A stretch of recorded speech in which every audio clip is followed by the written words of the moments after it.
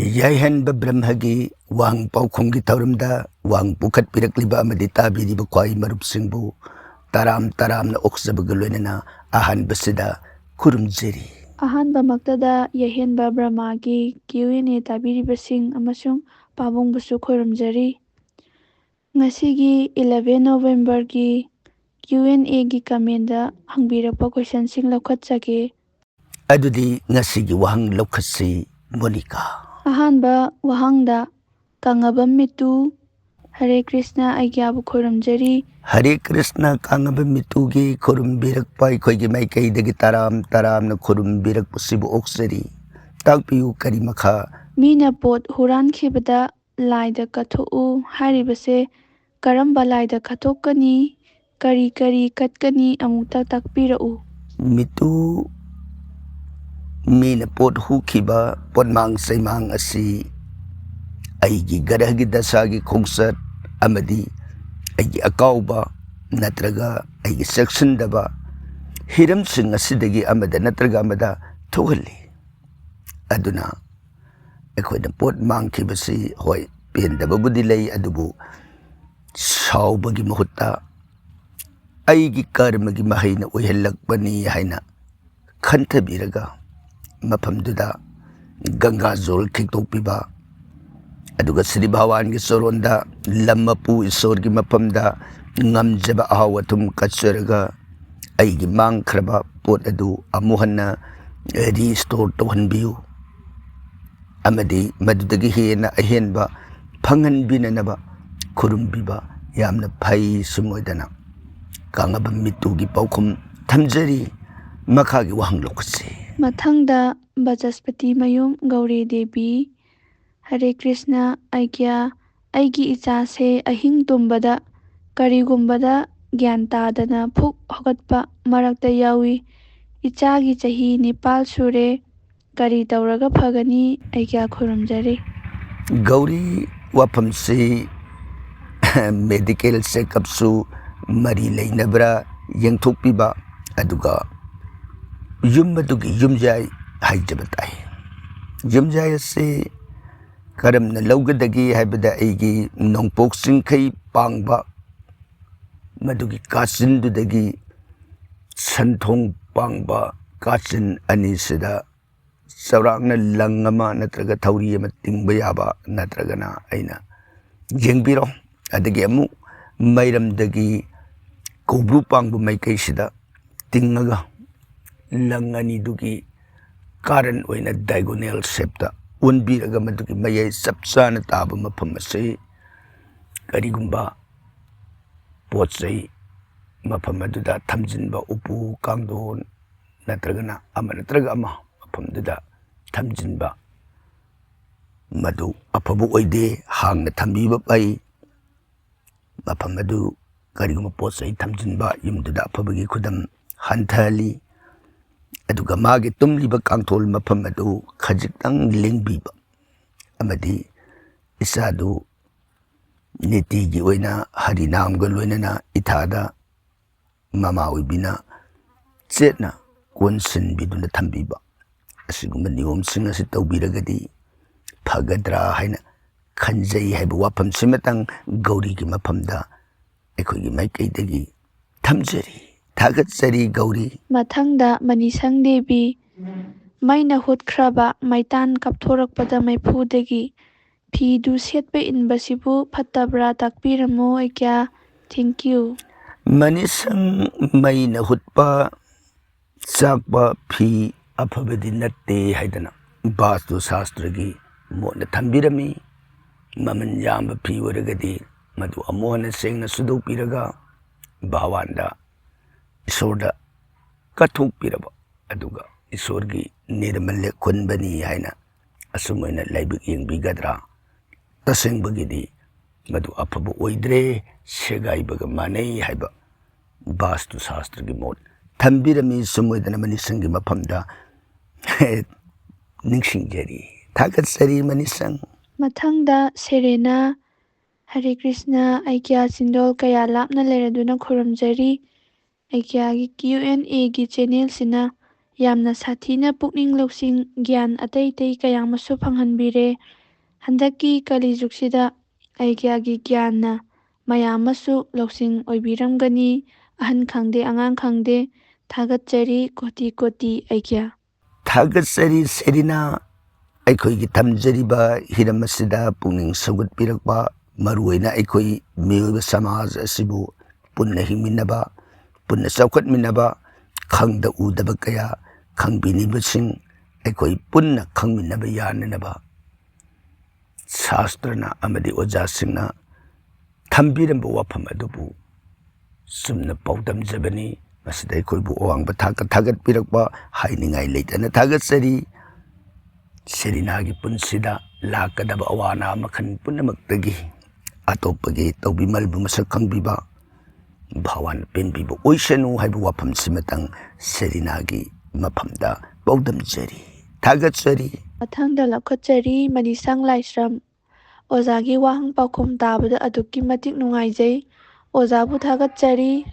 ꯑꯣꯖꯥ, ꯒꯣꯄꯥꯜ ꯁꯍꯁ꯭ꯔꯅꯥꯝ ꯑꯁꯤ ꯀꯔꯤ ꯃꯔꯝꯒꯤ ꯇꯥꯟꯅꯔꯤꯕꯅꯣ? ꯑꯣꯖꯥꯅ ꯆꯥꯟꯕꯤꯗꯨꯅ ꯒꯣꯄꯥꯜ ꯁꯍꯁ꯭ꯔꯅꯥꯝ ꯑꯁꯤ ꯑꯔꯊ ꯍꯟꯕꯤꯔꯒ ꯑꯃꯨꯛꯇꯪ ꯂꯤꯕꯤꯔꯛꯎ꯫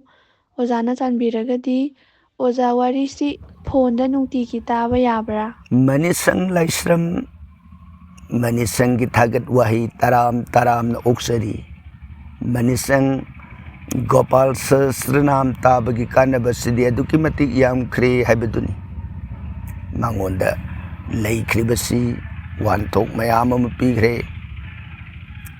ꯃꯉꯣꯟꯗ ꯃꯥꯒꯤ ꯃꯒꯨꯟ ꯋꯥꯡꯕꯒꯤ ꯈꯨꯗꯝ ꯑꯃꯇꯪ ꯃꯇꯦꯛ ꯑꯣꯏꯅ ꯊꯝꯖꯔꯕꯗ, ꯁꯤꯕ ꯃꯍꯥꯗꯦꯕꯅ ꯗꯨꯔꯒꯥꯒꯤ ꯃꯐꯝꯗ ꯒꯣꯄꯥꯜ ꯁꯍꯁ꯭ꯔꯅꯥꯝ ꯑꯁꯤ ꯂꯤꯔꯒ ꯇꯥꯍꯟꯕꯅꯤ꯫ ꯇꯥꯍꯜꯂꯤꯕ ꯒꯣꯄꯥꯜ ꯁꯍꯁ꯭ꯔꯅꯥꯝꯁꯤꯗ ꯗꯦꯕꯤ ꯃꯐꯝꯁꯤꯗ ꯀꯅꯥꯒꯨꯝꯕ ꯑꯇꯣꯞꯄ ꯑꯃꯠꯇ ꯇꯥꯍꯟꯒꯅꯨ, ꯌꯥꯝꯅ ꯔꯁꯤꯛ ꯑꯣꯏꯕ, ꯌꯥꯝꯅ ꯔꯍꯁ꯭ꯌ ꯑꯣꯏꯕ,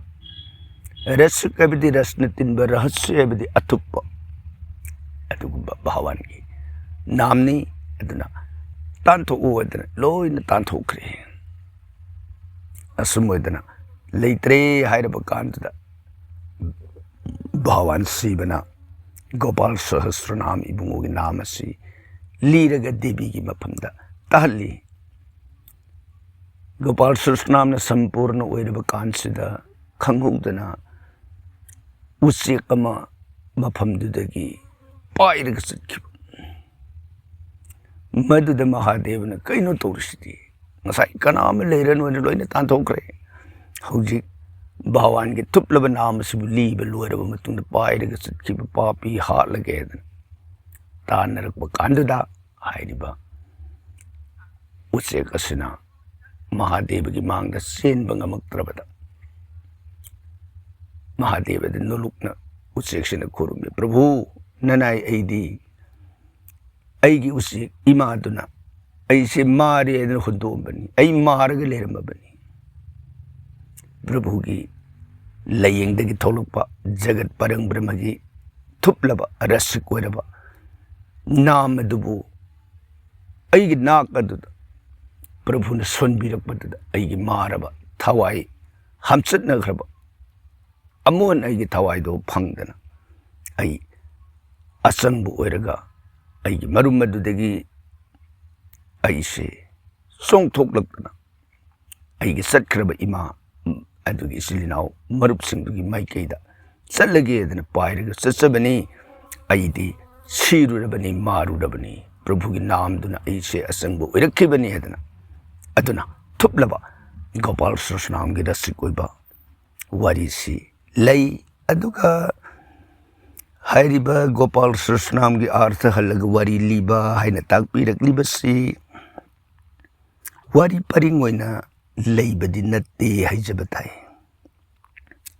ꯋꯥꯔꯤ ꯃꯇꯦꯛ ꯃꯇꯦꯛ ꯑꯣꯏꯅ ꯂꯩꯕꯅꯤ꯫ ꯋꯥꯔꯤ ꯃꯇꯦꯛ ꯑꯁꯤꯁꯨ ꯂꯩꯔꯤꯕ ꯒꯣꯄꯥꯜ ꯁꯍꯁ꯭ꯔꯅꯥꯝꯒꯤ ꯃꯅꯨꯡ ꯑꯗꯨꯗꯗꯤ ꯌꯥꯎꯕ ꯅꯠꯇꯦ, ꯆꯨꯝꯅ ꯄꯤꯔꯤꯕ ꯒꯣꯄꯥꯜ ꯁꯍꯁ꯭ꯔꯅꯥꯝꯒꯤ ꯅꯥꯝꯁꯤꯡ ꯍꯥꯏꯕ ꯇꯥꯏ꯫ ꯒꯣꯄꯥꯜ ꯁꯍꯁ꯭ꯔꯅꯥꯝꯒꯤ ꯇꯣꯉꯥꯟ ꯇꯣꯉꯥꯟ ꯃꯉꯣꯟꯗ ꯒꯣꯄꯥꯜ ꯀꯧꯔꯤꯕꯁꯤ ꯀꯔꯤꯗꯒꯤ ꯀꯧꯈꯤꯕꯅꯣ, ꯀ꯭ꯔꯤꯁꯅ ꯀꯧꯔꯤꯕꯁꯤ ꯀꯔꯤꯗꯒꯤ ꯀꯧꯈꯤꯕꯅꯣ, ꯚꯥꯁꯨꯗꯦꯕ ꯀꯧꯔꯤꯕꯅ ꯀꯔꯤꯒꯤ ꯀꯧꯈꯤꯕꯅꯣ ꯍꯥꯏꯗꯅ नाम अममने नाम लिसिंग अमदुबुने अखोइना गोपाल सहस्रनाम हाइदन भगवान श्री गोपाल कृष्ण की मिंग लिसिंग अमा हाइब अदना वारी ओइने लेरकप कांदा हौजी हाइजिखिबदो गोपाल कौबसे कैदौदना थोनखिब गोपाल मिंगनो गोपाल थोनखिबगी वारी मतेक अमा कृष्ण थोनखिबगी करीदगी थोनखिब कृष्णनो कृष्ण थोनखिबगी वारी मतेक असुमदना वारी मतेक मतेक मयाम अदुना पुनसिलगा हाइरिबा गोपाल सहस्रनाम हाइबा सिदा वारी मतेक मतेक ओइना लीब याई हाइबा वाफम सिमा थमजबनी मागी सीरियल ओइना सतबा वारीदी लेते हाइजबनी अदुना मिंग अदु अखोइना नीति की ओइना सुनजबा थोइदोकना फई हाइदना वेदना शास्त्रना अमदी गुरुजोन सिंहना गोपाल सहस्रनाम असिबु ngamjiragadi niti gi taba ibsi khwaidagi afabu oi haiba wafam simatang manisang laisram gi mapamda baudam jari thagatsari mathangda laukhatchage Kamala Okram mayangnabu maitai laigi maramda karibu khangdoino Kamala Okram gi se loktak lairembi gi matanggi do male sigi matangda aigi saitagi haijaningbadi Kamala Okramna pabungdagi hena khangba haiba helagadi paukhumdo adum comment thambiramo aina haijage Kamala Okram thagatsari Kamala gi paukhumdi samna Monica na thambirabanina aigi motadi paukhumsi thamjadre ngasida penbinanaba Kamala gi maphamda noluksari thagatsari mathangda laukhatchage Pavitra Hanjabam khurumjari agyagi channel ngantana thengnaramagadi yamna nungai kadabani khara thengnabase yamna ningamde Pavitra thagatsari ningam daba tawbiganu makha tana punsigi khongsatta tekta kaida ईश्वर की सेवा फमिन खिसे समुदना पवित्र की मफमदा नुलुक्सरी थागत्सरी mathangda laukhatchage Lalita Okram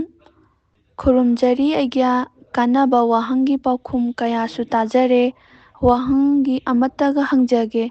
Aprajita higok machugi Aprajita yamna satli Surja Pujada katpa yagadra sizinafam takpiyu ngakpigani Lalita Basu थागत्सरी Lalita की अपराजिता मसु मखल खुदिंगमक हाइबताई अमुबोरो अंगुबोरो खुदिंगमक ईश्वर मखन खुदिंगमक अपराजिता लेसी कटप यादी HYBE ईश्वर से लेते सुमदना ललिता की मफम द पौदम जरी कटपियु करिगुंब दोस अमते लेरोय हाइना थमजरी थागत्सरी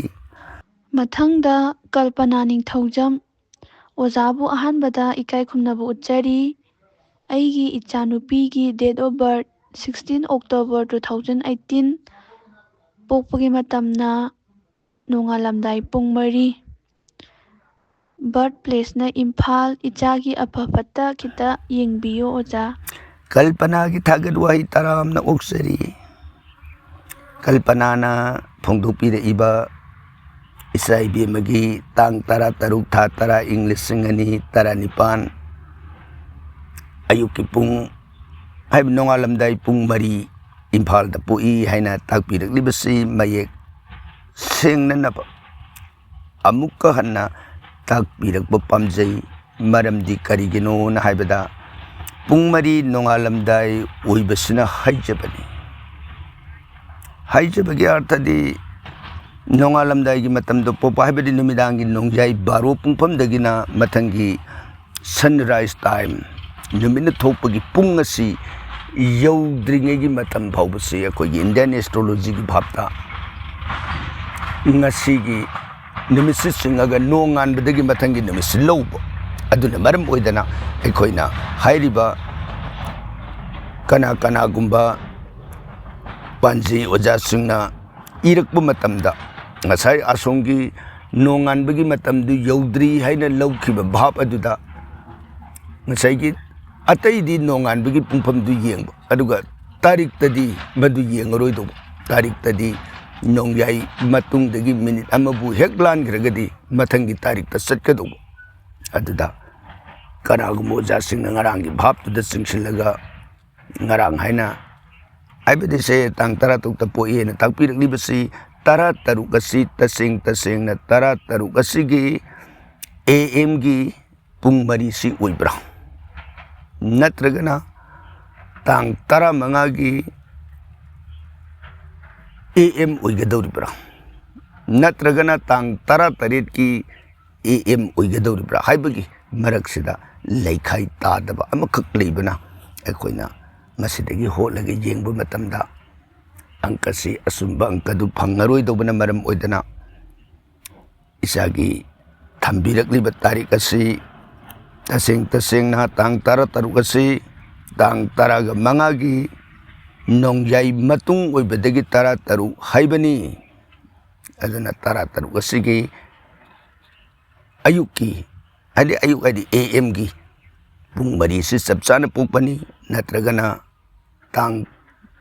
18ꯒꯤ ꯅꯣꯡꯉꯥꯟꯗ꯭ꯔꯤꯕꯅꯤꯅ ꯍꯥꯏꯕꯒꯤ ꯚꯥꯞꯇꯨꯗ ꯑꯗꯨꯅ ꯃꯁꯤꯒꯤ ꯃꯔꯛꯇ ꯂꯩꯔꯤꯕ ꯈꯦꯟꯅꯕ ꯍꯥꯏꯕ ꯇꯥꯔꯦ ꯃꯗꯨꯃꯇꯪ ꯀꯟꯐꯥꯔꯝ ꯇꯧꯕꯤꯔꯛꯑꯣ ꯑꯗꯨ ꯑꯣꯏꯔꯒꯗꯤ ꯑꯩꯈꯣꯏꯅ ꯃꯈꯥ ꯇꯥꯅ ꯌꯦꯡꯖꯅꯕꯒꯤ ꯈꯨꯗꯣꯡꯆꯥꯕꯗꯨ ꯂꯧꯖꯒꯦ ꯃꯁꯤꯒꯤꯗꯃꯛ ꯑꯩꯈꯣꯏꯕꯨ ꯉꯥꯛꯄꯤꯒꯅꯤ ꯍꯥꯏꯗꯅ ꯀꯜꯄꯅꯥꯒꯤ ꯃꯐꯝꯗ ꯊꯝꯖꯔꯤ ꯊꯥꯒꯠꯆꯔꯤ ꯃꯊꯪꯗ ꯂꯧꯈꯠꯆꯔꯤ ꯏꯕꯣꯝꯆꯥꯁꯤꯡ ꯑꯣꯖꯥꯕꯨ ꯑꯍꯥꯟꯕꯗ ꯈꯨꯔꯨꯝꯖꯔꯤ ꯑꯣꯖꯥ ꯄꯣꯛꯄꯅ ꯍꯣꯁꯄꯤꯇꯥꯜ ꯏꯝꯐꯥꯜꯗ ꯄꯣꯛꯄ ꯑꯗꯨꯒ ꯂꯩꯐꯝꯅ ꯀꯛꯆꯤꯡꯗ ꯑꯣꯏꯔꯕꯗꯤ ꯑꯩꯒꯤ ꯄꯛꯅꯕ ꯌꯦꯛꯅꯕ ꯃꯥꯏꯀꯩ ꯑꯁꯤ ꯄꯣꯛꯐꯝꯗꯒꯤ ꯂꯧꯒꯗ꯭ꯔꯥ ꯅꯠꯇ꯭ꯔꯒ ꯂꯩꯐꯝꯗꯒꯤ ꯂꯧꯒꯗ꯭ꯔꯥ ꯑꯣꯖꯥ ꯑꯃꯨꯛꯇ ꯇꯥꯛꯄꯤꯌꯨ ꯑꯔꯣꯏꯕꯗ ꯑꯣꯖꯥꯕꯨ ꯈꯨꯔꯨꯝꯖꯔꯤ ꯏꯕꯣꯝꯆꯥ ꯋꯥꯐꯝꯁꯤꯒꯤꯗꯤ ꯃꯥꯒꯤ ꯄꯥꯔꯃꯦꯅꯦꯟꯠ ꯑꯣꯏꯅ ꯂꯩꯔꯤꯕ ꯃꯐꯝꯗꯨꯒꯤ ꯂꯧꯒꯅꯤ ꯍꯥꯏꯖꯕ ꯇꯥꯏ ꯅꯨꯃꯤꯠ 10 ꯐꯥꯎꯕ ꯅꯠꯇ꯭ꯔꯒ 50 ꯐꯥꯎꯕ नत्रगना था 4-5 फाउबगी मतम अमा माना टेम्पररी ओइना लेबा जर्नी ओइना लेबदुदी अखोइना मफमदुदगी लौरोय अदुगा हौजिकी सही अमदगी हेन हेलेराबा अदोरगदी मफमदुदगी लौगनी अदना हाइरिबा अंगांग उनबदुदी जर्नी ओइना नत्रगा टेम्पररी ओइना नोमनिनी मंगानी तरानी दुगी अंगांग उनबा चलुबगी वानी मागी लेबमदुदगी लौगदो अदुगा अखोइना पोकपा मतमदा बर्थ प्लेस हाइबदी मागी मफमदुदा longitude latitude की टाइमिंग दुगी मतुंग इन मान पोखिबा मतमदो हाइरिबा longitude latitude degree मफमदुदा मंगांगसि पोखिबनी हाइबदु लौबगी वानी अदुगा मागी पक्नदबगी माइके येंगपददे मागी परमानेंट ओइबा रेसिडेंशियल एड्रेस अदुदा लौगनी सुमोइदना इबुमचागी मफमदा पौदमजरी थागतजरी मथंगदा लौखतजरी मेमी खेत्री मयूंगी मतंगसिना लुहोंगबा कोइद्रिङै ममांगदा गोड चफुदा खुरुमलंबगी मतंगदु ओइदोइने बोर कैनागी मराल ओइरोइ खल्ली मरमदि बोर कैना सेनरिबा अनिदुना ताकपिगदबनी मखोइदि मदुगी सिनफमदो ट्रेनिंग पास तौरगा पाइरकलिबनी मतुंगददि ताकपियु अफबा ओइनबा थैंक यू मेमी यामना सुमी बोर कैनागी दोष नते अखोइना खन्नरिबा मतंगसि एक्सपर्ट सिंगदुना खन्थबिदुना अफब खोंथांगसिदा थबकता ओंथोकपिरकलबदि फज्जब ओइगनी हाइना आशा तौमिनसी हाइबा वाफम सिमतंग मेमीगी मफमदा थमजरी थागतजरी मथंगदा लौखतजरी जीवनलता कैसाम ओजा युम साबा हौबसी करी थादने हेन्ना फबगे थबान कयादा फै हाइबिरउ जीवनलता ख्वाइदगी फबा हाइरगदी जनवरी फेब्रुआरी की मतम हाइबदी फाइरियल थाना ख्वाइदगी अफब मतम ओइ सुमदना थमजरगा थाबान की मतंग सिमदी सागदोरिबा मी अदुगी बखा पोनगनी थाबान सी अइगे पंगनबा थाबान अइगे पंगनबा नक्षत्र हाइदना मागी येंगबा नतना थाबान दुसी पंगनै अदना कोइना हे हाइरुरगा अइगी ओइनदि पंगनरमदबा मी अमदना पंगनबा अदुगी पोतो ओइरगदी मदुसु अदुना जीवनलताना अखोइना मसिदा हाइबगी महुत्ता टोपना इसागी जन्मकोष्ठीदु विचार तौबिरगा लेपना ख्वाइदगी हेना अफबु ओइगनी हाइबु वाफम सिमतंग ꯖꯤꯕꯂꯇꯥꯒꯤ ꯃꯐꯝꯗ ꯄꯥꯎꯗꯝꯖꯔꯤ ꯊꯥꯒꯠꯆꯔꯤ ꯃꯊꯪꯗ ꯂꯧꯈꯠꯆꯔꯤ ꯁꯨꯅꯤꯇꯥ ꯂꯥꯏꯁ꯭ꯔꯝ ꯈꯨꯔꯨꯝꯖꯔꯤ ꯄꯥꯕꯨꯡ ꯑꯩꯒꯤ ꯏꯆꯥꯁꯤ 11 ꯖꯨꯟ 2019ꯗ ꯄꯣꯛꯄꯅꯤ ꯄꯣꯛꯄ ꯅꯨꯃꯤꯠꯁꯤ ꯇꯠꯅꯩ ꯃꯥꯄꯟꯅꯤꯁꯨ ꯄꯥꯜꯂꯤ ꯑꯁꯤ ꯐꯠꯇꯦ ꯍꯥꯏꯅꯩ ꯀꯔꯤ ꯇꯧꯒꯗꯒꯦ ꯑꯃꯨꯛꯇ ꯌꯦꯡꯕꯤꯌꯨ ꯄꯥꯕꯨꯡ ꯁꯨꯅꯤꯇꯥꯒꯤ ꯇꯥꯡ 13 ꯊꯥ 3 ꯏꯪ 2017 ꯄꯣꯛꯄꯒꯤ ꯃꯇꯝ ꯌꯥꯎꯔꯛꯇꯕꯅ ꯄꯥꯎꯈꯨꯝ ꯑꯁꯤ ꯄꯤꯖꯕ ꯉꯝꯖꯗ꯭ꯔꯦ ꯄꯣꯛꯄꯒꯤ ꯃꯇꯝꯁꯤꯃꯇꯪꯒ ꯑꯃꯨꯛꯇꯪ ꯍꯥꯞꯄꯤꯔꯈꯣ ꯃꯁꯤꯒꯤꯗꯃꯛ ꯑꯩꯈꯣꯏꯕꯨ ꯋꯥꯔꯧꯕꯤꯗꯅꯕ ꯅꯣꯜꯂꯨꯛꯆꯔꯤ ꯃꯊꯪꯗ ꯏꯔꯤꯈꯨꯟꯕꯤ ꯑꯣꯖꯥꯕꯨ ꯈꯨꯔꯨꯝꯖꯔꯤ ꯋꯥꯍꯪ ꯈꯔ ꯍꯪꯖꯒꯦ ꯑꯍꯥꯟꯕ ꯋꯥꯍꯪꯗ ꯑꯩꯈꯣꯏꯒꯤ ꯁꯨꯃꯥꯡꯗ ꯍꯧꯔꯤꯕ ꯇꯨꯜꯁꯤ ꯄꯥꯝꯕꯤ ꯑꯁꯤ ꯌꯥꯝꯅ ꯐꯖꯔꯦ ꯃꯅꯥ ꯑꯃꯅ ꯏꯟꯆ 2ꯒꯤ ꯆꯥꯡ ꯄꯥꯛꯏ ꯍꯦꯟꯅ ꯐꯖꯅꯕ ꯃꯇꯣꯟ ꯊꯠꯇꯨꯅ ꯁꯦꯝꯕꯁꯤ ꯌꯥꯗꯕ꯭ꯔꯥ ꯇꯥꯛꯄꯤꯌꯨ ꯑꯅꯤꯁꯨꯕꯗ ꯃꯃꯥꯅ ꯃꯆꯥꯒꯤ ꯁꯝ ꯀꯛꯄ ꯐꯠꯇꯦ ꯍꯥꯏꯅꯔꯤꯕꯁꯤꯕꯨ ꯆꯨꯝꯕ꯭ꯔꯥ ꯑꯩꯗꯤ ꯏꯆꯥꯁꯤꯡ ꯃꯇꯝ ꯄꯨꯝꯕꯗ ꯑꯩꯅ ꯁꯝ ꯈꯨꯖꯤꯟ ꯀꯛꯏ ꯃꯁꯤꯕꯨ ꯌꯥꯝꯅ ꯀꯥꯏꯔꯕ꯭ꯔꯥ ꯊꯦꯡꯀ꯭ꯌꯨ ꯄ꯭ꯔꯇꯤꯚꯥ ꯁꯤꯡꯒꯔꯕꯥꯟ ꯀꯁꯥꯔ ꯄ꯭ꯔꯇꯤꯚꯥꯒꯤ ꯇꯨꯂꯁꯤ ꯐꯕ ꯌꯥꯝꯅ ꯐꯩ ꯇꯨꯂꯁꯤ ꯀꯛꯑꯒ ꯑꯩꯈꯣꯏꯅ ꯁꯦꯝꯅꯤꯡꯕ ꯃꯑꯣꯡꯗ ꯐꯖꯅꯅꯕ ꯁꯦꯝꯕ ꯌꯥꯏ ꯑꯗꯨꯕꯨ ꯇꯨꯂꯁꯤꯁꯤ ꯑꯩꯈꯣꯏꯅ ꯀꯛꯅꯤꯡꯉꯥꯏꯗꯅ ꯍꯦꯛꯇꯗꯤ ꯀꯛꯄꯤꯒꯅꯨ ꯅꯣꯡꯃꯥꯏꯖꯤꯡ ꯏꯔꯥꯏ ꯁꯒꯣꯜꯁꯦꯟ ꯅꯨꯃꯤꯠꯁꯤꯡꯁꯤ ꯅꯠꯇꯕ ꯑꯇꯣꯞꯄ ꯅꯨꯃꯤꯠꯁꯤꯡꯗ ꯌꯦꯡꯉꯒ ꯀꯛꯄꯤꯕ ꯌꯥꯏ ꯍꯥꯏꯕ ꯋꯥꯐꯝꯁꯤꯃꯇꯪ ꯄ꯭ꯔꯇꯤꯚꯥꯒꯤ ꯃꯐꯝꯗ ꯄꯥꯎꯗꯝꯖꯔꯒ ꯃꯈꯥ ꯇꯥꯅ ꯇꯥꯛꯄꯤꯔꯛꯂꯤꯕ ꯁꯝ ꯀꯛꯄꯒꯤ ꯃꯇꯥꯡ ꯑꯁꯤꯗꯤ ꯃꯃꯥ ꯅꯠꯇ꯭ꯔꯒ ꯃꯄꯥꯅ ꯃꯆꯥꯒꯤ ꯁꯝ ꯀꯛꯄꯗ ꯑꯊꯤꯡꯕ ꯑꯃꯗꯤ ꯗꯣꯁ ꯑꯃꯠꯇ ꯂꯩꯇꯦ ꯁꯨꯝꯃꯗꯅ ꯕꯦꯗꯅ ꯊꯝꯕꯤꯔꯝꯃꯤ ꯃꯔꯝ ꯑꯗꯨꯅ ꯃꯁꯤꯒꯤꯗꯃꯛꯇꯤ ꯊꯣꯏꯗꯣꯛꯅ ꯆꯤꯡꯅꯕꯤꯔꯨꯔꯅꯨ ꯍꯥꯏꯕ ꯋꯥꯐꯝꯁꯤꯃꯇꯪ ꯄ꯭ꯔꯇꯤꯚꯥꯒꯤ ꯃꯐꯝꯗ ꯄꯥꯎꯗꯝꯖꯔꯤ ꯊꯥꯒꯠꯆꯔꯤ ꯃꯊꯪꯗ ꯂꯧꯈꯠꯆꯒꯦ ꯕꯤꯗꯦꯁꯤꯅꯤ ꯈꯨꯔꯨꯝꯖꯔꯤ ꯑꯩꯒ꯭ꯌꯥ ꯋꯥꯍꯪ ꯑꯃꯇ ꯍꯪꯖꯒꯦ ꯏꯃꯨꯡꯗ ꯄꯩꯁా ꯇꯨꯡꯕ ꯁꯨꯡꯉꯝ ꯉꯝꯗꯦ ꯂꯛꯁꯃꯤꯅ ꯋꯥꯔꯧꯕ ꯗꯣꯁ ꯂꯩꯔꯝꯒꯗꯧ ꯃꯥꯜꯂꯤ ꯀꯔꯤ ꯄꯨꯖꯥ ꯀꯠꯂꯒ ꯐꯒꯅꯤ ꯃꯌꯦꯛ ꯁꯦꯡꯅ ꯇꯥꯛꯄꯤꯌꯨ ꯕꯤꯗꯦꯁꯤꯅꯤ ꯌꯨꯝꯗ ꯂꯟ ꯇꯨꯡꯕ ꯉꯝꯗꯕ ꯍꯥꯏꯕꯁꯤ ꯂꯛꯁꯃꯤ ꯃꯤꯔꯥꯏꯕꯒꯤ ꯋꯥꯐꯝꯗꯨꯅ ꯇꯣꯞꯅ ꯂꯩꯔꯒ ꯃꯔꯨꯑꯣꯏꯅ ꯕꯥꯁꯇꯨ ꯗꯣꯁꯀꯤ ꯃꯔꯝ ꯑꯃꯗꯤ ꯑꯩ ꯏꯁꯥꯒꯤ ꯑꯣꯏꯅ ꯆꯍꯤꯁꯤꯒꯤ ꯒ꯭ꯔꯍ ꯗꯁꯥ ꯈꯣꯡꯐꯝ ꯄꯨꯝꯅꯃꯛꯁꯤ ꯌꯥꯝꯅ ꯃꯔꯤ ꯂꯩꯅꯩ ꯍꯥꯏꯕꯗꯨꯅꯤ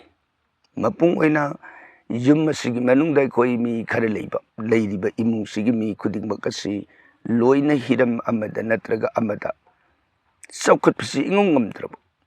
ꯑꯗꯨꯒ ꯂꯟꯁꯤ ꯇꯨꯡꯕ ꯏꯉꯝ ꯉꯝꯗ꯭ꯔꯕ ꯑꯗꯨ ꯑꯣꯏꯔꯒꯗꯤ ꯌꯨꯝ ꯑꯗꯨꯗ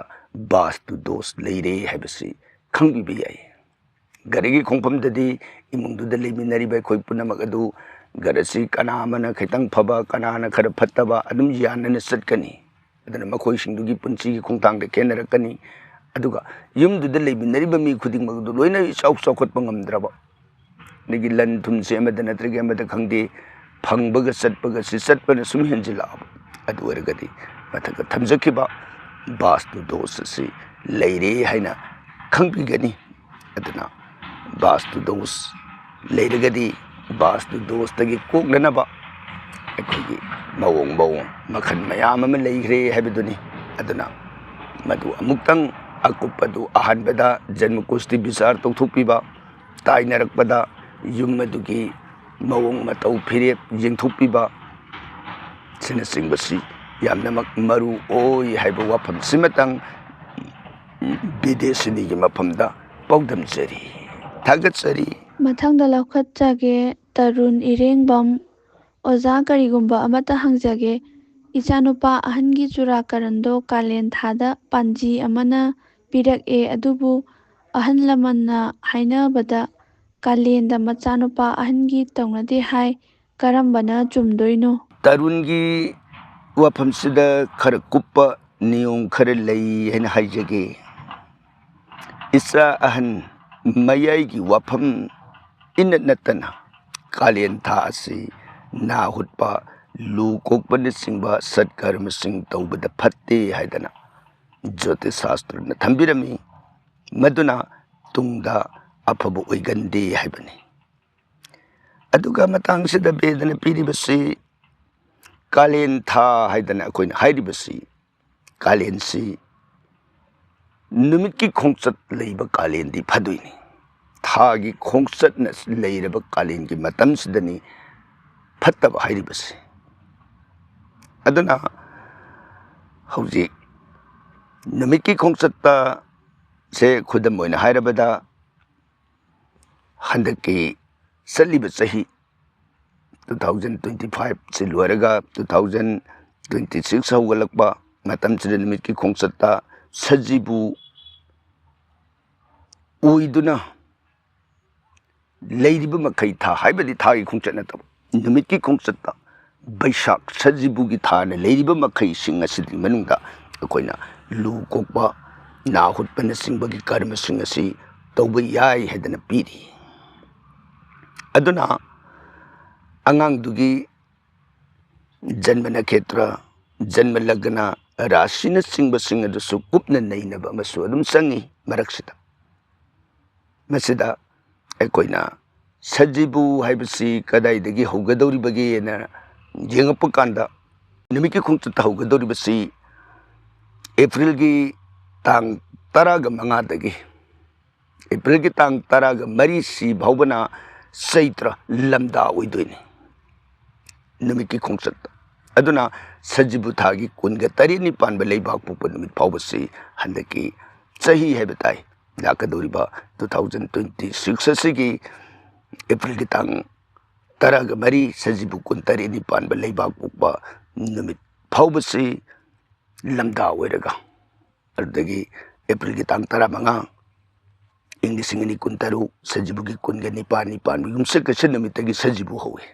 ꯑꯗꯨꯅ ꯁꯖꯤꯕꯨꯅ ꯍꯧꯔꯒ ꯆꯠꯂꯛꯄꯁꯤꯅ ꯁꯖꯤꯕꯨꯒꯤ ꯂꯣꯏꯒꯗꯕ ꯅꯨꯃꯤꯠꯁꯤ ꯃꯦꯒꯤ ꯇꯥꯡ 15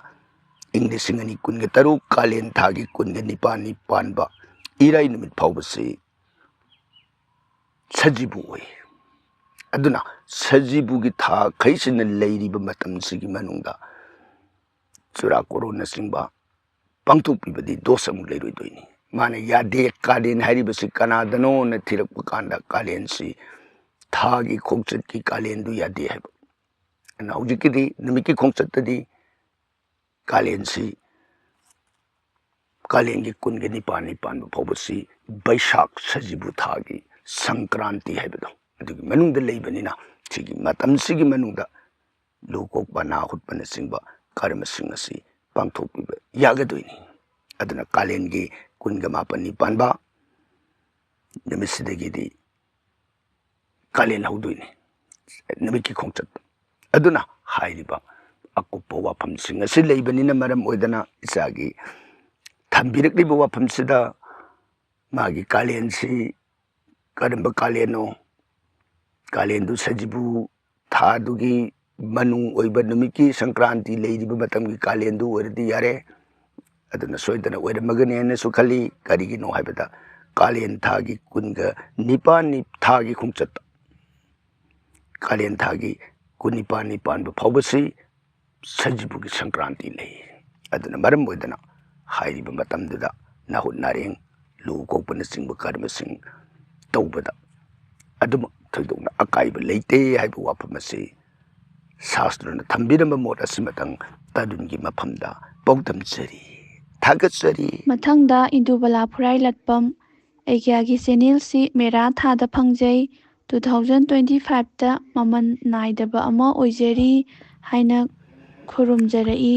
ꯏꯟꯗꯨꯕꯂꯥꯅ ꯑꯩꯈꯣꯏꯕꯨ ꯋꯥꯡꯕ ꯊꯥꯛꯇ ꯊꯥꯒꯠꯄꯤꯔꯛꯄ ꯇꯔꯥꯝꯅ ꯑꯣꯛꯆꯔꯤ ꯏꯟꯗꯨꯕꯂꯥꯅ ꯊꯃꯣꯏ ꯁꯦꯡꯅ ꯊꯥꯒꯠꯄꯤꯔꯛꯄꯃꯛ ꯑꯣꯏꯔꯕꯗꯤ ꯁꯤꯗꯤ ꯚꯒꯋꯥꯟꯅ ꯃꯇꯝ ꯆꯨꯞꯄꯒꯤ ꯑꯣꯏꯅ ꯏꯟꯗꯨꯕꯂꯥꯒꯤ ꯄꯨꯟꯁꯤꯗ ꯊꯧꯖꯥꯜ ꯄꯤꯅꯕꯤꯕ ꯑꯣꯏꯔꯁꯅꯨ ꯍꯥꯏꯕ ꯋꯥꯐꯝꯁꯤꯃꯇꯪ ꯏꯟꯗꯨꯕꯂꯥꯒꯤ ꯃꯐꯝꯗ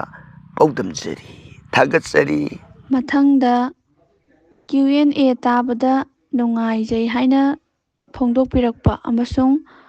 ꯄꯥꯎꯈꯨꯝ ꯄꯤꯕꯤꯕꯒꯤꯗꯃꯛ ꯊꯥꯒꯠꯄ ꯐꯣꯡꯗꯣꯛꯄꯤꯔꯛꯄꯁꯤꯡ ꯃꯣꯅꯤꯀꯥ ꯄꯥꯊꯣꯛꯄꯤꯔꯛꯎ ꯇꯥꯁꯤ ꯃꯦꯝꯆꯥ ꯔꯥꯖꯀꯨꯃꯥꯔꯤ ꯕꯕꯤꯇꯥ ꯗꯦꯕꯤ ꯄꯕꯤꯇ꯭ꯔ ꯍꯟꯖꯕꯝ ꯂꯟꯆꯦꯟꯕ ꯑꯣꯏꯅꯥꯝ TH ꯃꯦꯃꯣꯔꯤ ꯅꯤꯂꯀꯩꯅꯥ NG ꯑꯔꯤꯕꯝ ꯔꯨꯄꯆꯟꯗ꯭ꯔ ꯁꯔꯃ ꯁꯣꯚꯥ ꯁꯤꯡ, ꯑꯔꯤꯕꯝ ꯕꯤꯅꯥ ꯔꯥꯅꯤ ꯗꯦꯕꯤ, ꯅꯦꯅꯥ ꯗꯦꯕꯤ, ꯏꯔꯤꯈꯨꯟꯕꯤ ꯃꯅꯤꯁꯪ ꯗꯦꯕꯤ꯫ ꯑꯩꯈꯣꯏꯒꯤ ꯊꯧꯔꯝ ꯑꯁꯤꯕꯨ ꯅꯨꯡꯁꯤꯕꯤꯗꯨꯅ ꯊꯋꯥꯏ ꯍꯥꯞꯄꯤꯔꯤꯕ ꯅꯨꯡꯁꯤꯖꯔꯕ ꯑꯩꯈꯣꯏꯒꯤ ꯃꯔꯨꯞꯁꯤꯡꯕꯨ ꯑꯩꯈꯣꯏꯒꯤ ꯃꯥꯏꯀꯩꯗꯒꯤꯁꯨ ꯏꯀꯥꯏ ꯈꯨꯝꯅꯕ ꯎꯠꯆꯕꯒ ꯂꯣꯏꯅꯅ ꯈꯨꯔꯨꯝꯖꯔꯤ꯫ ꯁ꯭ꯔꯤ ꯚꯒꯋꯥꯟ ꯁꯔꯕ ꯕ꯭ꯌꯥꯄꯛ ꯑꯣꯏꯕ, ꯁꯔꯕ ꯒ꯭ꯌꯥꯟꯇꯔꯖꯥꯃꯤ ꯑꯣꯏꯕ, ꯁꯔꯕ ꯕ꯭ꯌꯥꯄꯛ ꯍꯥꯏꯕꯗꯤ ꯃꯐꯝ ꯈꯨꯗꯤꯡꯃꯛꯇ ꯁꯤꯟꯕ ꯊꯨꯡꯅ ꯂꯩꯕ, ꯁꯔꯕ ꯒ꯭ꯌꯥꯟꯇꯔꯖꯥꯃꯤ ꯄꯨꯝꯅꯃꯛ ꯈꯪꯕ ꯄꯔꯃꯦꯁꯣꯔ ꯑꯣꯏꯕ, ꯄꯔꯃꯦꯁꯣꯔ ꯍꯥꯏꯕꯗꯤ ꯏꯁꯣꯔ ꯄꯨꯝꯅꯃꯛꯀꯤ ꯑꯊꯣꯏꯕ ꯏꯁꯣꯔ ꯑꯣꯏꯕ ꯏꯕꯨꯡꯉꯣ ꯃꯍꯥꯛꯀꯤ ꯊꯧꯖꯥꯜ ꯏꯔꯤꯛ ꯈꯤꯠꯄꯤꯕ ꯑꯣꯏꯁꯅꯨ ꯍꯥꯏꯗꯅ ꯚꯒꯋꯥꯟꯒꯤ ꯆꯣꯔꯣꯟꯗ ꯊꯧꯅꯤꯖꯔꯤ, ꯊꯥꯒꯠꯆꯔꯤ ꯃꯔꯨꯞꯁꯤꯡ꯫ ꯃꯊꯪꯗ ꯋꯥꯆꯞ SMS ꯗ ꯊꯥꯕꯤꯔꯛꯄꯁꯤꯡꯒꯤ ꯑꯃꯨꯛ ꯂꯧꯈꯠꯆꯒꯦ꯫ ꯑꯍꯥꯟꯕꯗ ꯀꯁꯥꯔꯗꯒꯤ ꯃꯃꯇꯥ, ꯑꯩꯒ꯭ꯌꯥꯕꯨ ꯈꯨꯔꯨꯝꯖꯔꯤ, ꯋꯥꯍꯪ ꯑꯃꯇꯪ ꯍꯪꯖꯒꯦ꯫ ꯀꯁꯥꯔ ꯂꯝꯗꯝꯗ ꯂꯩꯕꯤꯔꯤꯕꯤ ꯃꯃꯇꯥꯒꯤ ꯈꯨꯔꯨꯝꯕꯤꯔꯛꯄ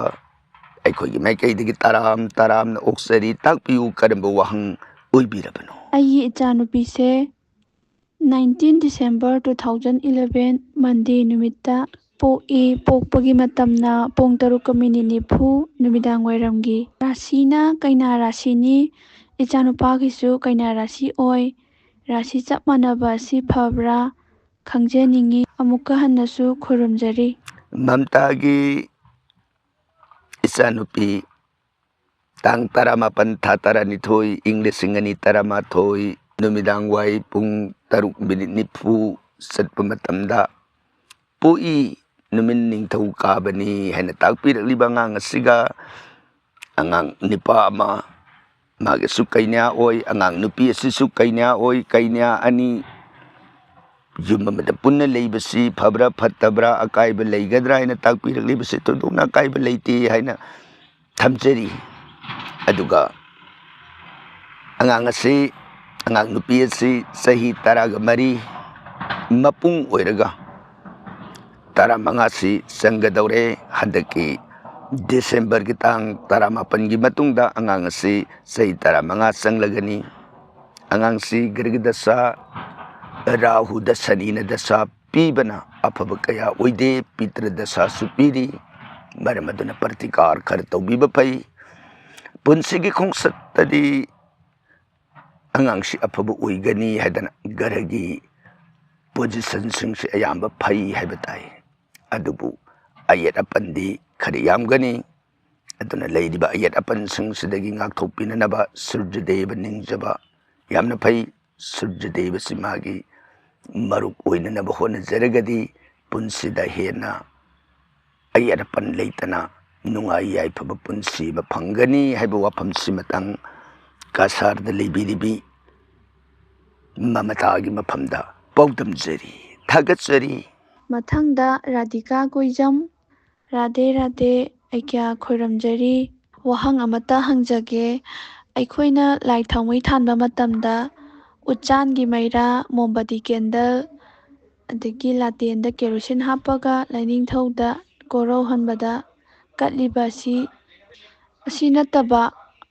ꯍꯪꯒꯥꯝ ꯊꯥꯎꯒꯤ ꯊꯥꯎ ꯑꯗꯒꯤ ꯑꯇꯣꯞꯄ ꯊꯣꯏꯗ꯭ꯔꯤꯡ ꯑꯃꯨꯕꯒꯤ ꯊꯥꯎ ꯑꯁꯤꯗꯤ ꯀꯠꯄ ꯌꯥꯗꯕ꯭ꯔꯥ? ꯀꯔꯤ ꯑꯀꯥꯏꯕ ꯂꯩꯕꯒꯦ? ꯄꯥꯎꯈꯨꯝꯇꯕꯨ ꯈꯧꯔꯥꯡꯅ ꯉꯥꯏꯖꯔꯤ꯫ ꯔꯥꯙꯤꯀꯥꯒꯤ ꯈꯨꯔꯨꯝꯕꯤꯔꯛꯄ ꯇꯔꯥꯝꯅ ꯑꯣꯛꯆꯔꯤ꯫ ꯑꯗꯨꯒ ꯇꯥꯛꯄꯤꯔꯛꯂꯤꯕ ꯄꯨꯝꯅꯃꯛ ꯂꯣꯏꯅ ꯑꯌꯥꯕ ꯄꯤ ꯍꯥꯏꯕꯗꯨꯅꯤ꯫ ꯃꯁꯤꯗ ꯍꯦꯛ ꯑꯐꯕ ꯑꯣꯏꯗ꯭ꯔꯤꯕꯁꯤ ꯀꯦꯔꯣꯁꯤꯟꯒꯤ ꯃꯩꯗꯤ ꯑꯌꯥꯕ ꯄꯤꯗꯦ꯫ ꯑꯗꯨꯒ ꯈ꯭ꯋꯥꯏꯗꯒꯤ ꯐꯕ ꯑꯃꯨꯛ ꯍꯥꯏꯔꯤꯕ ꯃꯩꯁꯤꯡꯁꯤꯒꯤ ꯃꯔꯛꯇ ꯍꯥꯏꯔꯒꯗꯤ ꯘꯤ, ꯀꯔꯄꯨꯔꯒꯤ ꯃꯩꯅ ꯑꯊꯣꯏꯕꯅꯤ꯫ ꯃꯁꯤꯅ ꯌꯥꯝꯅ ꯐꯕ ꯃꯩ ꯑꯣꯏꯔꯒ ꯃꯈꯥ ꯇꯥꯔꯛꯄꯗ ꯍꯪꯒꯥꯝ ꯊꯥꯎꯒꯤ ꯃꯩ, ꯊꯣꯏꯗꯤꯡ ꯊꯥꯎꯒꯤ ꯃꯩ ꯑꯁꯤꯅ ꯀꯠꯆꯕ ꯃꯇꯝꯗꯅ ꯐꯠꯇꯕ ꯌꯨꯝ ꯑꯗꯨꯗ, ꯃꯐꯝ ꯑꯗꯨꯗ ꯑꯣꯏꯍꯜꯂꯛꯀꯗꯕ ꯅꯦꯒꯦꯇꯤꯞ ꯏꯅꯔꯖꯤꯁꯤꯡꯗꯒꯤ ꯉꯥꯛꯊꯣꯛꯄꯗ ꯆꯥꯎꯅ ꯃꯇꯦꯡ ꯄꯤ ꯍꯥꯏꯗꯅ ꯃꯁꯤꯃꯁꯨ ꯑꯗꯨꯝ ꯑꯌꯥꯕ ꯄꯤ꯫ ꯃꯄꯨꯡ ꯑꯣꯏꯅ ꯌꯥꯗ꯭ꯔꯤꯕꯁꯤ ꯀꯦꯔꯣꯁꯤꯟ ꯍꯥꯏꯕ ꯇꯥꯔꯦ꯫ ꯑꯗꯨꯅ ꯑꯩꯈꯣꯏꯅ ꯁꯝꯅ ꯈꯪꯕ ꯌꯥꯕꯁꯤ ꯑꯩꯅ ꯀꯠꯀꯗꯧꯔꯤꯕ ꯃꯩ ꯑꯗꯨꯅ ꯍꯛꯆꯥꯡꯗ ꯇꯣꯛꯁꯤꯛꯀꯤ ꯁꯔꯨꯛ ꯆꯥꯡ ꯋꯥꯡꯅ ꯊꯣꯛꯄꯁꯤꯡꯗꯤ ꯐꯔꯣꯏꯗꯣꯏꯅꯤ ꯑꯗꯨꯅ ꯇꯣꯛꯁꯤꯛ ꯁꯔꯨꯛ ꯌꯥꯝꯅ ꯍꯟꯊꯕ ꯃꯩꯁꯤꯡ ꯀꯠꯆꯕ ꯊꯣꯏꯗꯣꯛꯅ ꯍꯦꯟꯅ ꯐꯩ ꯍꯥꯏꯕ ꯋꯥꯐꯝꯁꯤꯃꯇꯪ ꯔꯥꯙꯤꯀꯥꯒꯤ ꯃꯐꯝꯗ ꯄꯥꯎꯗꯝꯖꯔꯤ ꯊꯥꯒꯠꯆꯔꯤ ꯔꯥꯙꯤꯀꯥ ꯃꯊꯪꯗ ꯁꯩꯇꯕꯂꯥ ꯃꯥꯏꯕꯝ ꯍꯔꯦ ꯀ꯭ꯔꯤꯁꯅ ꯈꯨꯔꯨꯝꯖꯔꯤ ꯑꯩꯒ꯭ꯌꯥ ꯑꯩꯒꯤ ꯋꯥꯍꯪꯒꯤ ꯄꯥꯎꯈꯨꯝ ꯅꯨꯡꯁꯤꯔꯕ ꯏꯆꯥ ꯃꯣꯅꯤꯀꯥꯒꯤ ꯈꯣꯟꯖꯦꯜꯗꯒꯤ ꯇꯥꯖꯔꯦ ꯌꯥꯝꯅ ꯅꯨꯡꯉꯥꯏꯖꯩ ꯊꯥꯒꯠꯆꯔꯤ ꯋꯥꯍꯪ ꯑꯃꯇꯒ ꯍꯪꯖꯒꯦ ꯍꯦꯛ ꯌꯥꯍꯧꯕꯒ ꯑꯍꯜ ꯂꯃꯟ ꯈꯨꯗꯤꯡꯃꯛ ꯁꯨꯔꯖꯗꯦꯕ ꯍꯥꯟꯅ ꯈꯨꯔꯝꯅꯩ ꯍꯛꯆꯥꯡꯗꯤ ꯁꯦꯡꯗꯣꯛꯇ꯭ꯔꯤ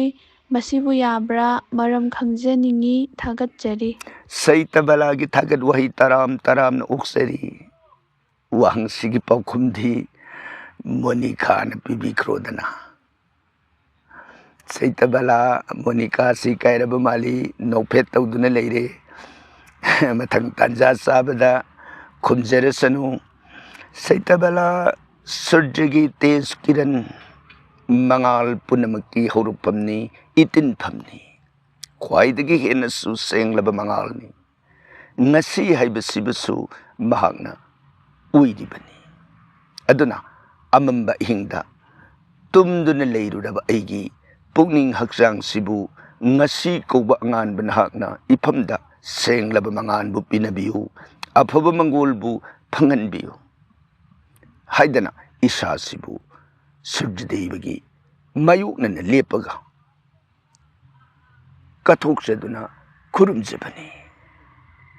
ꯃꯁꯤꯗ ꯏꯔꯨꯖꯗꯕ ꯃꯥꯏ ꯃꯤꯠ ꯍꯛꯆꯥꯡ ꯁꯦꯡꯗꯣꯛꯄ ꯁꯦꯡꯗꯣꯛꯇꯕꯒ ꯃꯔꯤ ꯂꯩꯅꯗꯦ ꯑꯩꯒꯤ ꯑꯍꯥꯟꯕ ꯑꯣꯏꯅ ꯍꯧꯒꯠꯂꯛꯄ ꯃꯇꯝꯗ ꯃꯪꯒꯣꯜꯒꯤ ꯃꯁꯛ ꯑꯣꯏꯔꯤꯕ ꯗꯦꯕꯇꯥꯗꯣ ꯃꯥꯒꯤ ꯃꯐꯝꯗ ꯑꯩꯒꯤ ꯊꯋꯥꯏ ꯍꯛꯆꯥꯡ ꯄꯨꯝꯅꯃꯛ ꯑꯁꯦ ꯀꯠꯊꯣꯛꯆꯗꯨꯅ ꯈꯨꯔꯨꯝꯕꯅꯤ ꯑꯩꯒꯤ ꯃꯪꯒꯣꯜꯒꯤꯗꯃꯛ ꯑꯗꯨꯒ ꯃꯊꯛꯇꯁꯨ ꯊꯝꯖꯈ꯭ꯔꯦ ꯏꯁꯣꯔ ꯈꯨꯔꯨꯝꯕ ꯅꯤꯡꯖꯕ ꯃꯁꯤꯗ ꯑꯩ ꯏꯁꯥ ꯃꯥꯡꯕ ꯌꯨꯝ ꯃꯥꯡꯕꯒ ꯀꯔꯤꯒꯨꯝꯕ ꯍꯤꯔꯝ ꯑꯃꯠꯇꯗ ꯃꯔꯤ ꯂꯩꯅꯗꯦ ꯃꯗꯨꯅ ꯍꯣꯔꯦꯟ ꯃꯔꯤ ꯂꯩꯅꯔꯛꯀꯗꯧꯔꯤꯕꯗꯤ ꯑꯩꯅ ꯄꯣꯠ ꯆꯩ ꯀꯜꯂꯛꯄ ꯃꯇꯝꯗꯨꯗꯗꯤ ꯑꯩ ꯃꯥꯡꯉꯒꯗꯤ ꯏꯁꯣꯔꯅ ꯂꯧꯔꯣꯏꯗꯣꯏꯅꯤ ꯂꯧꯗ꯭ꯔꯒꯗꯤ ꯑꯩꯅ ꯀꯜꯂꯨꯔꯤꯕ ꯄꯣꯠꯇꯨ ꯀꯥꯟꯅꯗꯦꯗꯅ ꯑꯗꯨꯅ ꯅꯨꯃꯤꯠꯇ ꯑꯍꯥꯟꯕ ꯑꯣꯏꯅ ꯍꯧꯒꯠꯂꯛꯄꯒꯤ ꯈꯨꯔꯨꯝꯖꯕ ꯍꯥꯏꯕꯁꯤꯗꯤ ꯃꯉꯣꯟꯗ ꯄꯣꯠ ꯀꯠꯄ ꯅꯠꯇꯦ ꯑꯩꯒꯤ ꯍꯛꯆꯥꯡ ꯑꯁꯦ ꯃꯥꯅ ꯁꯦꯡꯍꯟꯕꯤꯅꯅꯕꯒꯤꯗꯃꯛ ꯃꯥꯒꯤ ꯅꯤꯡꯊꯤꯔꯕ ꯑꯃꯛꯄ ꯌꯥꯎꯗ꯭ꯔꯕ ꯃꯉꯥꯜ ꯑꯗꯨꯅ ꯑꯩꯉꯣꯟꯗ ꯃꯉꯥꯜ ꯄꯤꯅꯕꯤꯌꯨ ꯍꯥꯏꯕꯒꯤ ꯚꯥꯕꯇ ꯅꯨꯡꯁꯤꯅ ꯈꯨꯔꯨꯝꯖꯕꯅꯤ ꯃꯔꯝ ꯑꯗꯨꯅ ꯃꯁꯤꯗ ꯀꯔꯤꯒꯨꯝꯕ ꯗꯣꯁ ꯑꯃꯠꯇ ꯂꯩꯇꯦ ꯍꯥꯏꯕ ꯋꯥꯐꯝ ꯑꯁꯤ ꯁꯩꯇꯕꯂꯥꯒꯤ ꯃꯐꯝꯗ ꯄꯥꯎꯗꯝꯖꯔꯤ ꯃꯊꯪꯗ ꯊꯣꯡꯉꯥꯝ ꯃꯃꯤꯡꯗꯤ ꯌꯥꯎꯔꯛꯇ꯭ꯔꯦ ꯈꯨꯔꯨꯝꯖꯔꯤ ꯑꯩꯒ꯭ꯌꯥ ꯃꯈꯥ ꯁꯪꯒꯣꯏ ꯖꯇ꯭ꯔꯥ ꯌꯥꯎꯗꯅ ꯄꯥꯈꯟ ꯑꯣꯏꯅ ꯈꯟꯖꯕꯅꯤ ꯃꯁꯤꯗ ꯃꯩ ꯍꯧꯕ ꯌꯥꯒꯗ꯭ꯔꯥ ꯃꯁꯤꯃꯇꯪ ꯈꯪꯖꯅꯤꯡꯉꯤ ꯊꯥꯒꯠꯆꯔꯤ ꯊꯣꯡꯉꯥꯝꯒꯤ ꯋꯥꯍꯪꯒꯤ ꯃꯥꯟꯅꯕ ꯄꯥꯎꯈꯨꯝ ꯃꯃꯥꯡꯗ ꯊꯝꯖꯈ꯭ꯔꯦ ꯈꯥ ꯃꯩꯔꯝ ꯃꯥꯏꯀꯩꯗ ꯃꯩ ꯍꯧꯕ ꯈꯥ ꯃꯩꯔꯝ ꯃꯥꯏꯀꯩꯗ ꯃꯩ ꯊꯥꯕ ꯍꯥꯏꯕꯁꯤꯗꯤ ꯃꯩ ꯊꯥꯒꯗꯧꯕꯅꯤ ꯚꯥꯁꯇꯨ ꯁꯥꯁꯇ꯭ꯔꯅ ꯃꯥꯏꯀꯩꯁꯤ ꯃꯩ ꯍꯧꯕ ꯐꯩ ꯍꯥꯏꯗꯅ ꯃꯁꯥꯅ ꯄꯤꯖꯕ ꯃꯐꯝ ꯑꯃꯅꯤ ꯍꯥꯏꯗꯅ ꯃꯔꯝ ꯑꯗꯨꯅ ꯊꯣꯡꯉꯥꯝ ꯊꯥꯕꯤꯌꯨ ꯀꯔꯤꯒꯨꯝꯕ ꯗꯣꯁ ꯑꯃꯠꯇ ꯂꯩꯔꯣꯏ ꯑꯐꯕ ꯑꯣꯏꯒꯅꯤ ꯃꯊꯪꯒꯤ ꯋꯥꯍꯪ ꯂꯧꯈꯠ ꯃꯣꯅꯤꯀꯥ ꯃꯊꯪꯗ ꯁꯨꯕꯤꯇꯥ ꯑꯩꯒ꯭ꯌꯥꯕꯨ ꯑꯍꯥꯟꯕꯗ ꯈꯨꯔꯨꯝꯖꯔꯤ ꯋꯥꯍꯪ ꯑꯃꯇ ꯍꯪꯖꯒꯦ ꯄꯥꯎꯈꯨꯝ ꯄꯤꯕꯤꯌꯨ ꯑꯩꯅ ꯍꯪꯖꯕ ꯋꯥꯍꯪꯁꯦ ꯋꯥꯅ ꯉꯥꯏꯖꯔꯒ ꯍꯦꯛꯇ ꯌꯥꯎꯔꯛꯇꯦ ꯁꯤꯃꯗꯤ ꯈꯨꯝꯕꯤꯌꯨ ꯕꯣꯔꯒꯤ ꯖꯇ꯭ꯔꯥ ꯄꯨꯕꯤꯁꯦ ꯃꯅꯤꯡ ꯃꯃꯥꯡ ꯃꯈꯥ ꯑꯋꯥꯡ ꯍꯥꯏꯕꯗ ꯀꯔꯝꯕꯅ ꯐꯒꯦ ꯑꯩꯒ꯭ꯌꯥ ꯑꯃꯨꯛꯇ ꯇꯥꯛꯄꯤꯌꯨ ꯅꯨꯄꯤ ꯅꯨꯄꯥ ꯄꯣꯛꯄꯁꯨ ꯍꯥꯏꯕꯤꯔꯝꯃꯨ ꯑꯩꯒ꯭ꯌꯥꯕꯨ ꯈꯨꯔꯨꯝꯖꯔꯤ ꯁꯨꯕꯤꯇꯥꯒꯤ ꯋꯥꯐꯝꯁꯤ ꯐꯍꯟꯅꯤꯡꯕꯒꯤ ꯚꯥꯞꯅ ꯁꯥꯒꯠꯄ ꯍꯤꯔꯝ ꯑꯃꯅꯤ ꯍꯥꯏꯖꯕ ꯇꯥꯏ ꯃꯁꯤꯅ ꯃꯟꯗꯦꯇꯔꯤ ꯑꯃꯗꯤ ꯅꯠꯇꯦ ꯑꯩꯈꯣꯏꯅ ꯃꯍꯥꯛ ꯑꯗꯨ ꯕꯣꯔꯒꯤ ꯖꯇ꯭ꯔꯥ ꯄꯨꯕꯤꯅꯕꯒꯤ ꯑꯐꯕ ꯑꯣꯏꯅ ꯑꯩꯈꯣꯏꯅ ꯈꯟꯅꯕꯗ ꯅꯣꯡꯄꯣꯛ ꯑꯋꯥꯡ ꯆꯤꯡꯈꯩ ꯃꯥꯏꯀꯩꯁꯤꯡꯁꯤꯅ ꯍꯦꯟꯅ ꯐꯩ ꯍꯥꯏꯅ ꯂꯧꯕ ꯌꯥꯏ ꯑꯗꯨꯒ ꯃꯆꯥ ꯅꯤꯄꯥ ꯑꯍꯥꯟꯕ ꯄꯣꯛꯄ ꯍꯦꯟꯅ ꯐꯩ ꯍꯥꯏꯅ ꯂꯧꯅꯩ ꯃꯗꯨꯅ ꯃꯟꯗꯦꯇꯔꯤ ꯅꯠꯇꯦꯅ ꯍꯥꯏꯖꯕꯗꯤ ꯁꯨꯕꯤꯇꯥ ꯃꯗꯨꯝ ꯑꯣꯏꯅ ꯑꯐꯕ ꯉꯥꯛꯇꯅꯤ ꯇꯧꯈ꯭ꯔꯤꯕꯁꯤꯡ ꯑꯁꯤ ꯇꯧꯔꯤꯕ ꯑꯐꯕꯗꯨꯗ ꯐꯠꯇꯕ ꯑꯣꯏꯔꯛꯄꯁꯨ ꯃꯌꯥꯝ ꯌꯥꯎꯗꯅ ꯑꯗꯨꯅ ꯑꯗꯨꯝ ꯑꯐꯕ ꯑꯣꯏꯕꯁꯨ ꯂꯩ ꯐꯠꯇꯕꯁꯨ ꯃꯌꯥꯝ ꯑꯃ ꯂꯩ ꯃꯔꯨ ꯑꯣꯏꯕꯗꯤ ꯑꯩꯈꯣꯏꯅ ꯃꯗꯨꯗ ꯏꯝꯐꯦꯁꯤꯁ ꯄꯤꯕꯒꯤ ꯃꯍꯨꯠꯇ ꯃꯗꯨꯗꯤ ꯑꯩꯒꯤ ꯅꯨꯡꯁꯤꯖꯔꯕ ꯃꯔꯨꯞ ꯃꯄꯥꯡꯁꯤꯡ ꯑꯃꯒꯤ ꯃꯔꯛꯇ ꯄꯨꯕꯗ ꯊꯣꯏꯗꯣꯛꯅ ꯑꯀꯥꯏꯕ ꯂꯩꯔꯣꯏ ꯌꯥꯝꯅ ꯃꯔꯨ ꯑꯣꯏꯕ ꯍꯥꯏꯔꯒꯗꯤ ꯕꯣꯔ ꯀꯩꯅꯥ ꯑꯅꯤꯒꯤ ꯄꯛꯅꯕ amadi numittuda makhoi anigi pangthokpiriba karma arsa pujado niyom chumna pangthokpiba masina henna maru oibani haiba wafam simatang Subitagi mapamda paudamjari thagatsari Subita. Mathangda Chawa Sarama Waikhong Jai Radhe Oza Bhakti Taujari Matamsigi Luhongbasi Makeup Fazaba Photo Video Nambagi Irang Lomda Chatkre Puja Tauduna Isor Lengsiliba God Chapu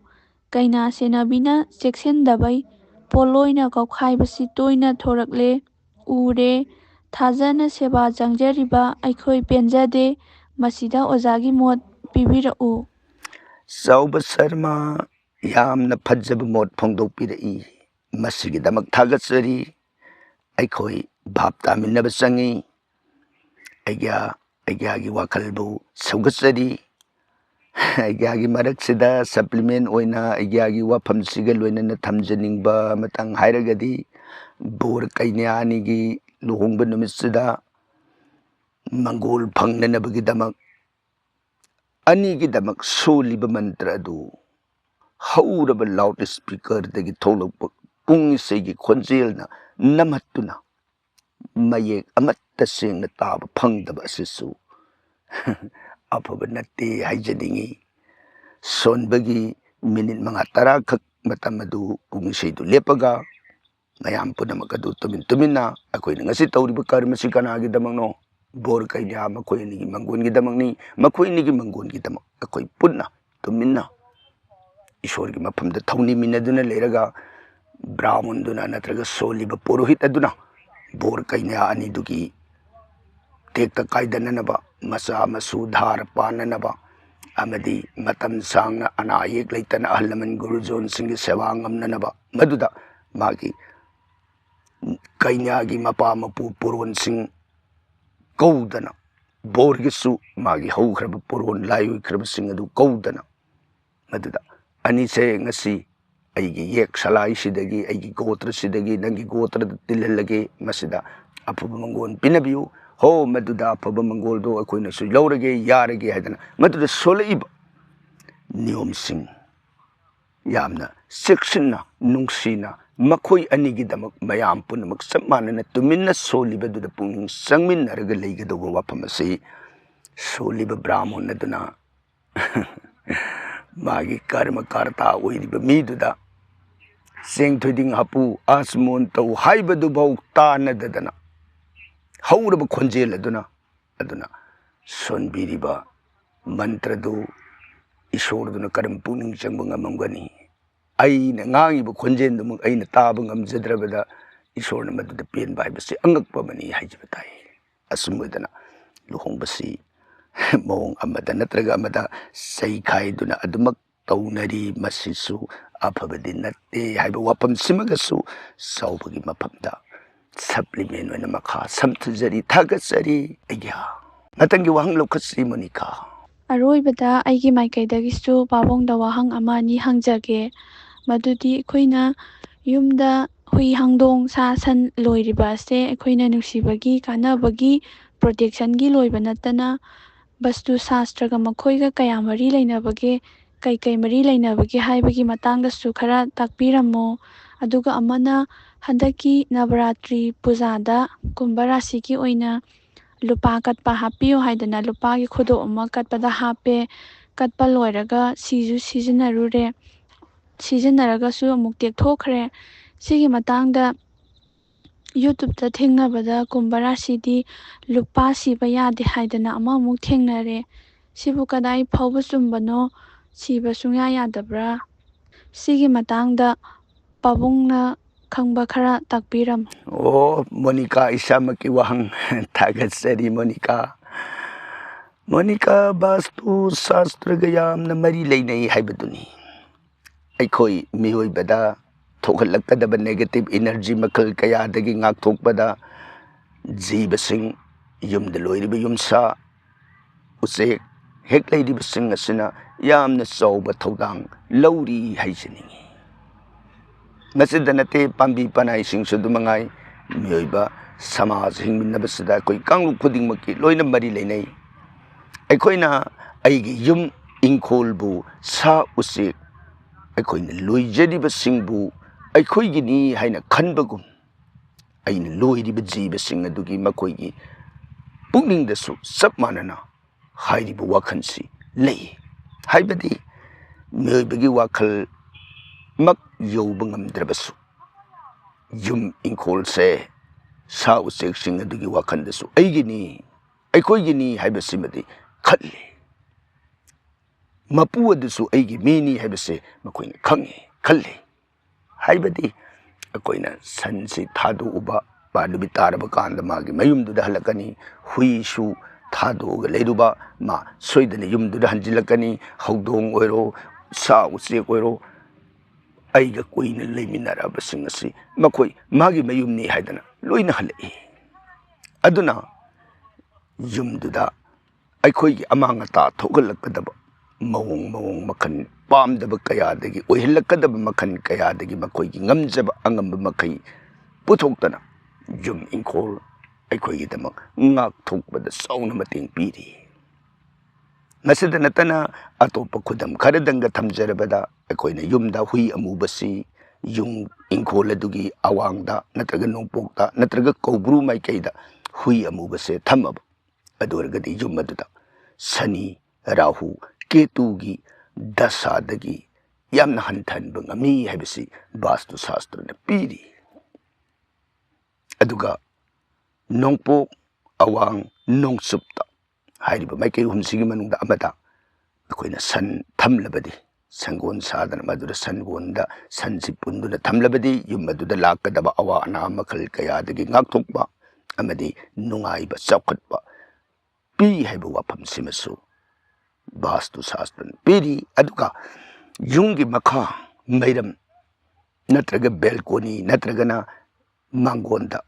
ꯍꯧꯗꯣꯡꯕꯨ ꯊꯝꯂꯕꯗꯤ ꯌꯨꯝ ꯑꯗꯨꯗ ꯃꯩꯄꯣꯛ ꯂꯥꯜꯍꯧꯒꯤ ꯑꯀꯤꯕ ꯂꯩꯔꯣꯏ ꯑꯗꯨꯒ ꯌꯨꯝ ꯑꯗꯨꯗ ꯆꯥꯎꯈꯠꯄ ꯅꯨꯡꯉꯥꯏꯕ ꯑꯐꯕ ꯃꯈꯜ ꯂꯥꯏꯕꯛ ꯐꯕ ꯃꯌꯥꯝ ꯑꯃ ꯄꯤ ꯑꯁꯨꯝꯅ ꯎꯆꯦꯛ ꯊꯝꯕꯒꯤ ꯉꯥ ꯌꯣꯛꯄꯒꯤ ꯃꯈꯜ ꯃꯈꯥ ꯀꯌꯥ ꯚꯥꯁꯇꯨ ꯁꯥꯁꯇ꯭ꯔꯗ ꯅꯩꯅꯔꯤ ꯑꯗꯨꯅ ꯃꯣꯅꯤꯀꯥ ꯋꯥꯐꯝ ꯑꯁꯤ ꯌꯥꯝꯅ ꯄꯥꯛ ꯆꯥꯎꯈ꯭ꯔꯦ ꯑꯗꯨꯒ ꯃꯣꯅꯤꯀꯥꯅ ꯀꯨꯝꯚ ꯔꯥꯁꯤꯗ ꯄꯣꯛꯄꯗ ꯇꯥꯛꯄꯤꯔꯛꯂꯤꯕꯁꯤ ꯀꯨꯝꯚ ꯔꯥꯁꯤꯗ ꯄꯣꯛꯄ ꯃꯤꯅ ꯂꯨꯄꯥ ꯁꯤꯕ ꯌꯥꯗꯕꯒꯤ ꯋꯥꯐꯝꯗꯤ ꯊꯣꯏꯗꯣꯛꯅ ꯑꯩꯈꯣꯏꯒꯤ ꯊꯦꯡꯅꯖꯔꯤꯕ ꯖꯣꯇꯤꯁꯗꯗꯤ ꯂꯩꯇꯦ ꯁꯨꯝ ꯑꯣꯏꯗꯅ ꯊꯝꯖꯔꯒ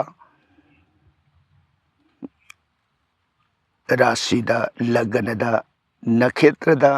ꯃꯥꯒꯤ ꯑꯃꯃꯝ ꯍꯥꯏꯔꯒ ꯃꯗꯨꯗ ꯑꯦꯅꯥꯂꯥꯏꯁꯤꯁ ꯇꯧꯔꯒ ꯐꯣꯜ ꯍꯥꯏꯕꯁꯤ ꯑꯩꯒꯤ ꯃꯣꯠꯇ ꯐꯣꯟ ꯄꯪꯀꯟ ꯀꯟꯅ ꯄꯤꯖꯅꯤꯡꯗꯦ ꯃꯔꯝꯗꯤ ꯔꯥꯁꯤ ꯍꯥꯏꯕꯁꯤ ꯀꯨꯝꯚ ꯔꯥꯁꯤꯗ ꯄꯣꯛꯄ ꯃꯤ ꯀꯣꯇꯤ ꯀꯣꯇꯤ